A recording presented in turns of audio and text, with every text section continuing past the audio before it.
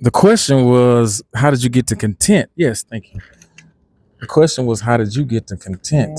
And content is a place where a lot of us need to get before we can even, like, one, we got to love ourselves, but two, meeting that person, whoever we think is going to make us happy. Because I think ultimately what I found is that we're not, happiness is a construct that happens when you just accept where you are. Am I wrong? I think happiness can be whatever you want it to be. I think that's the problem, is that we're constantly like measuring happiness based on what society tells us happiness is. And you could be by yourself in the middle of nowhere and be 100% content. And you could also be with 15 people at the same time and be happy, you know? And the picture in my head is of a human with a mind, body. A picture in my head that you just gave me is of a human woman or man who is in mind, body, and soul are one person, not two or three people. No schizophrenia, no issues, and well, they have hangups, but not a lot. To the point where they think straight, they love hard because they're all in with themselves. Thank you, Lord. That's a good word. But so I'll just say it again, and I apologize for keep asking. I want to make sure people are understanding. This is Maria. This is I'm gonna tell y'all, this is such a crazy coincidence because I was just came from vacation. I'm in Baltimore. I love B-more, by the way. Shout out to the bus drivers in B-more because this lady, I got on her bus and she looked at me like, hurry up and sit down, and I'm a bus driver too, so I get it. But anyway, I came to the airport, decided I'm going to probably watch Netflix and go to sleep because I'm on a layover because of Spirit Airlines. I would blast them. I'm not going to do it. I'm going to do a post. But anyway, the point I'm making is that here I am sitting and this pretty lady who's sitting across from me. I figured she was Puerto Rican. For some reason I hadn't. And she was nice and decided to talk to me. And I was like, that's a God moment. I missed my South Beach moment, but now I have my B-more moment. And Maria says that she's very content. And there's the minute, and some of you might already know this, you might have already discovered this, but for you that are young or you've never been in a relationship, you realize that, hey, when you finally get to the point where you're thankful and happy for all that you have and all of your failures and mistakes don't disqualify you, and I'm going to use that word a lot, disqualify. I feel what she's found is that she's okay. She said she went through a rough patch of 6 years where she didn't say exactly what, that it was difficult. But I asked her, would she mind doing an interview? Because Maria has a great story. And maybe I wasn't supposed to meet no Boricuas and Cubanos and whatever else on South Beach when I went to talk to, because I didn't forget, but it just didn't happen. So Maria is going to just talk about how she got to content, where she's from, any advice that she'd like to give, just kind of give her take. And I'm really thankful for the interview too. Of course.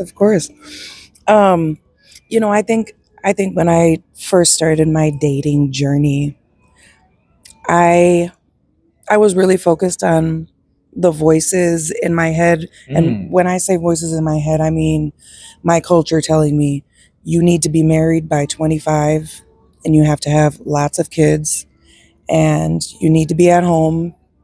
You need to just, that's the life that you are here for, period. And then I get that from my parents. I get that from my grandparents. I get that from society. I get that from church. I get that from everywhere around me. It seemed like the goal was to get married and have children. And so that's what my goal was. And I was in it 100%. And after going through a very abusive relationship, emotionally abusive, mentally abusive, physically, all of it, psychologically, it really was the biggest thing. I realized how much power I was giving to the people that I was dating and how much power I was giving of my own. I was giving my all and then some and leaving myself with nothing every single time. And I would turn into whoever I'm dating. What kind of music you like? Well, I'm going to learn that music too. And you said that that's a pick me, correct? Yeah, I mean, I would say so. I would do anything to make sure that you liked me. So you like a woman that likes to um uh, that likes to dance. Well, yep, I'm gonna dance. You like a woman that likes to stay up late or likes to cook or likes to whatever. Like, I'm gonna be whatever you like to make sure that you stay with me. Hmm. And after that relationship, it took me a long time to get over that relationship. But Hard. oh my God, it was so hard. It was so hard. But I spent 6 years, and this is the only reason why I'm like, COVID wasn't too bad for me. No, COVID was not bad. It forced me.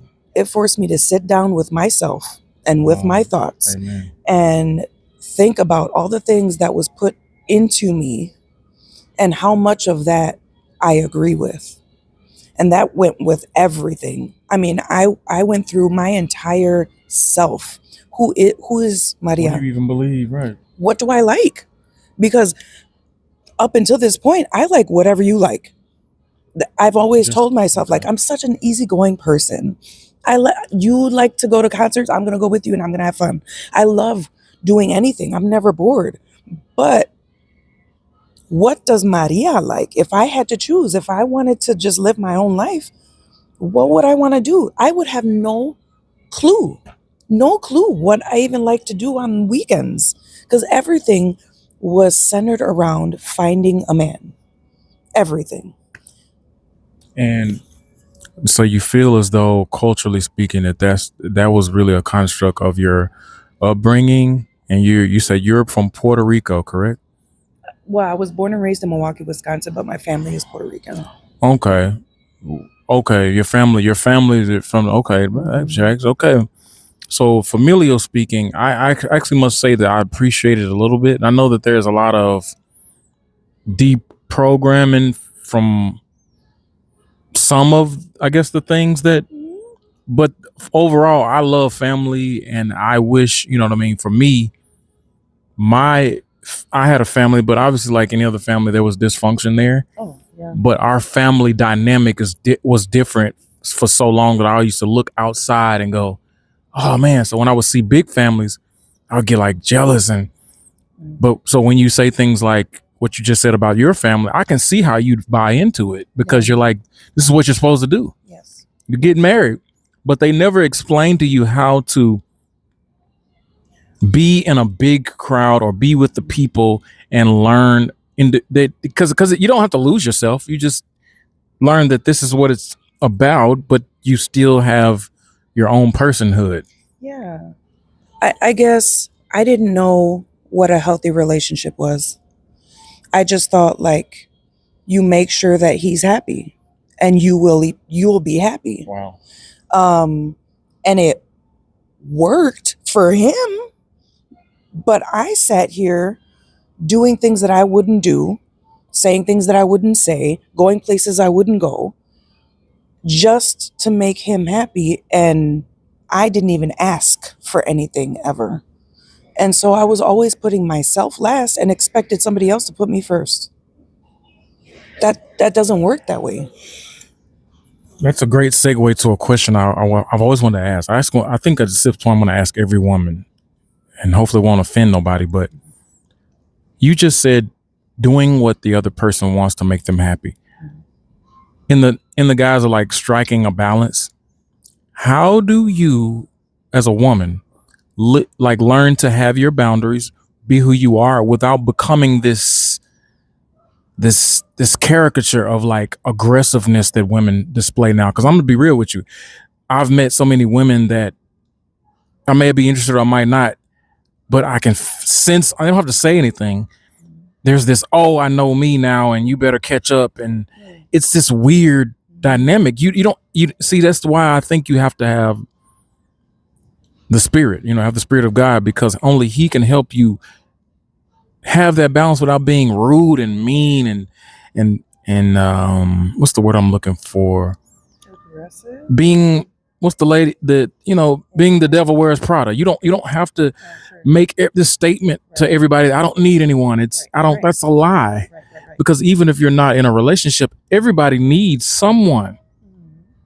Everybody. Nobody needs nobody, so it's, yeah, I think how as do you strike humans, that balance? Yeah, I think, to be honest, I think that's part of the process of healing. It's kind of like when you learn something new and it blows your mind, you're going to start telling everybody about it. Amen. And you're going to say, and it's going to come off, to be honest, sometimes for people, it's going to come off as like, you think you're better than everyone else because you have this newfound knowledge. What you need to remember is that you were in the same place as everybody else before. And so, I don't know where I was going with that, but You said that you're basically saying that it's don't feel like you have to. Well, I don't know what the word is. Don't feel like you have to dumb down yourself. no, That you live in the journey that you had, yeah. So like, without actually coming off like a oh, jackass. yeah, You yeah, know what yeah. I'm So saying? like, so in the beginning, yes, you're going to be aggressive because like you just learned something new. You learned that you can be confident and you can have what you want and you can, live your own life, and that's okay. And then, so you go all the way on the other side of the spectrum saying, I am wonderful. I'm the best. And you are. Yes, you are. That's not a lie. You are whoever you are. You are a child of God. You are a special person. You are amazing, right? But you get to a point where it's like, okay, yes, I went through all of that and I'm a man hater or whatever. No, But then Lord, we don't need no more of those. true healing comes when you don't need to proclaim to everybody Yes, that you are a good woman. man. True healing is saying like, I'm a good woman and I don't need to tell anybody because my actions are going to tell it. The way that I create my boundaries and stick to them because they're my boundaries. I stick to them. Nobody else has to. That's another good segue. So, what's one piece of advice that you would give to young ladies or older ladies or anybody that to get to that place? What is the step that they should take? Be alone for a little bit. I never knew how powerful being alone could be. Because you're able to sit with yourself and truly figure out who are those people that are telling you you should be doing this. Whose voice is that? Is that your dad? Is that your ex-boyfriend? Is that, the boy from 5th grade that told you were ugly? Like, what voice is telling you that? And how can you replace it with your own voice? What do you think about that particular subject or that particular part of you or your own body? Or what do you think about it? So good. And why do you think that? Do you think that because you were told that? Or do you think that because you had a bad experience? Or like, that's the real work that needs to happen, and it hurts. It's hard. It's a different way of seeing the world. And what I realized is that I had been centering men my entire life without centering myself first. I think I've been Absolutely, yes. Yeah. You give and give and give because like that's what you want, that's the goal, but like you're still empty inside. And you know how they say like, Emmanuel's God within you. God with us. God is us. We are God. You're God. I'm God. Everybody is God. That's inside of us. We have everything we need. We have everything we need. You are preaching. There's so many things. I want to unpack so much of that. And I forgot the point. I think what I was going to say was, do you think that, because you just talked about the process of being alone. And I know what you're going to say, but I really would like you to speak to this. Do you feel like we just lack the patience for that kind of self-work? Because everybody, this council culture we're in, people talk about it, but to walk down that road and say, I'm going to do this, even if it's terrible and it sucks, you do it because you want to finally get free, Mm-hmm. Do you feel like we're impatient right now with that whole thing, and that's why relationships are failing? I think it's more of lack of awareness that it's even possible. I was really, up until, just recently, I had just been living and things happen. I feel things, I do things, and that's it. And now I'm literally able to step outside of me and observe myself. How you do that? There's a lot of self-talk that happens in my Oh, daily that's life. so good. I talk to myself all the time. You can That's call that so good. prayer if you want. So good though. But No, like, that's real. I You helping me, do. and you helping other people. Yeah, because like I need to process these things. And you know, there's these little decisions that you make every single day that really show you know, the programming that you have. You know, small conversations, or whether you let somebody pass or not, or what you do when someone, you know, bothers you, or whatever it is. Like, I lost my train of thought. I'm so It's sorry. okay. It's okay. This is like a podcast instead of. Yeah. But I hate podcasts. I don't like them. There's too many of them. Yeah, there's a And so lot. I chose to just do a street interview style. Yeah, But I actually yeah. like this style. Yeah. It's conversational. But Yeah, definitely. you Yeah, were I don't know. I guess my biggest thing is like I had to figure out who I was and make sure that that voice that I hear when I'm doing things, when I'm telling myself to do things, that that's my voice and not nobody else's voice. How long do you think it takes to decipher the different voices? Because I've been dealing with that myself lately. Just like, who is telling me that? Why do I believe that? What the hell? Who's making me feel like this is the truth? And you know what's the hardest part of it? Knowing that it was a voice. Because sometimes we can be, you know, unplugging from social media is, to me, is more. It's not even should you. It's how long and when. Because I'm personally feeling like I know that it's probably time for me, just because voices. And like I said, what you said about decision making is so key, because you know it's like you're why am I doing that? And who told me to do that? And why do I believe that? Because despite what you may think, what you believe does matter, and it actually motivates everything you do. And if you find yourself doing something and start asking, if you ask yourself, why do I do that? And you're going to find yourself on a rabbit trail, because you're going to probably find that there are other things you've done that you're like, I didn't even have to do that. Because that's the journey I've been on. I kind of been on vacation mode, so I remember doing it. But the self-talk, that's key. That's so key.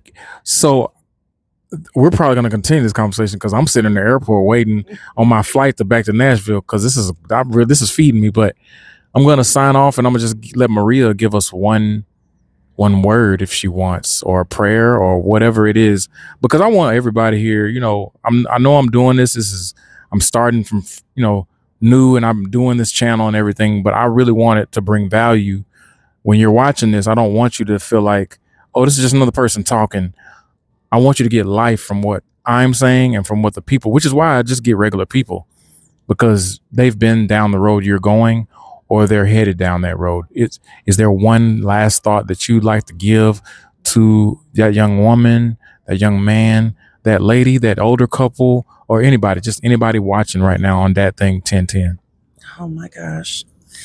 I think first, and I've never done this, but like I do want to talk to, you know, 18-year-old me who is probably out there watching. You know what I'm saying? Like somebody who was like me at 18 years old, and or at any age, really. Like one thing I wish is that I would have had the courage to just try things out when it comes to anything. Try out personalities, try out you know, different activities, branch out and look and see what's out there before you make any kind of decisions. Like figure out what you like, who you like, because there's so many different people out here in this world. 8.6. There's so many 8.6 billion people. Yes. And there's to be honest, I don't think there's one person for each person. I think there's so many people for one person, right? I wish we could unpack that right now, because that might be true. Yeah, definitely. But I think confidence is key, and not like fake confidence, not like I dress up real nice, not that kind of confidence. Quiet, humble confidence. The kind that people can feel and not like hear and see. Not loud or anything. Not loud. Like when you get to know this person, you know they're confident, but they're not showing it. You know what I mean? Like you Yes. could just tell, like they carry themselves in a way where you know that they respect themselves. So I need women, especially, and girls to respect themselves Yes. and honor themselves. Be confident, and also don't let anybody tell you what to do. You make every single decision in your life, every single decision. You make it, not the voices in your head, not the people around you. This is your life, and we really only get one. That's it. I don't know what you think. I don't know So if you believe in karma or not. We only get one life, and that's it. right. That's right. And I think God is kind enough to give us just one, because he knows that if we give us more, we'd mess all of them up. I don't know if you've ever seen The Matrix, but the whole premise of that is that he had all these choices, and that he had to pick one, and no matter what he picked, it was still going to lead to the same thing most of the time, because he was himself. He had to change his come on, you don't want to have no church. He had to renew his mind to realize who he was before he could realize it didn't matter. He believed a certain thing, and that the choices, no matter what the key maker or the oracle tried to tell him, they knew what it was going to happen, but he also had to make a choice. So I want to, my signing off note is this. She was talking about the young ladies. I want to tell my young ladies, no matter what you do, I'm not here to judge. I'm not here to stand. I mean, I was in Miami. There's a lot of beautiful women out there, young ladies, older. And I think that, hey, you're out there, you're enjoying yourself. But one thing I want to say about young ladies is, if in your regular life, I'm not talking about when you're going on vacation. I'm not talking about when you with your man. Get you a mentor. Find somebody you want to be like. Not on a podcast on YouTube. I'm talking about a physical person, whether they're at your church, your synagogue, your community center. Get one of them. Pull them to the side. Find out how they got to where they are, and pattern yourself after that, because Lord knows we need some women leaders. We need them. I don't know why I'm saying this, but we need y'all, just like we need men. You know what I mean? Yeah. And to my young men, my older men, me as a 47-year-old man, I realized that we have dropped the ball severely. And women, I think it's not that they're not responsible, but I think they wouldn't behave the way they behave if we behave the way we're supposed to behave. That's my personal opinion. And that is the full circle God moment, if you want to call it that, because I know that he had a specific plan when he set us on this earth. And it's just like when you make a machine. I know the Lord is telling me. So when you have a machine, the machine is well oiled and works, and it will run on its own if it's well oiled and has all the pieces. But if you take one piece out of that plane and watch what happens, it's supposed to run a certain way. And when we're not functioning properly, the Bible says that as a man thinks in his head, so is not in his head. As a man thinks in his heart, so is he, right? So whatever you're believing and thinking, you're motivated and moving off of those thoughts, no matter, and you will never go any higher than what you believe about yourself. You can try, but it's going to tell, just like she said, that false confidence. Lord knows we need help. And I believe he's going to help us if we are willing to surrender to the process. And I'm talking about myself as well. I want to thank Maria for being on this impromptu interview. It was a God moment, because it's quiet here. There's literally nobody. We're sitting on, we're at A13 waiting on this next Southwest flight because of what Spirit Airlines did. I'm calling you out. Where's the CEO, bro? Anyway. He need to make a statement. Brought us this interview, so he needs to get on tomorrow. I don't care how much money Trump was supposed to give you. He didn't give it to you. You should have I know this Lord speaking too. You should have had a statement ready, my guy.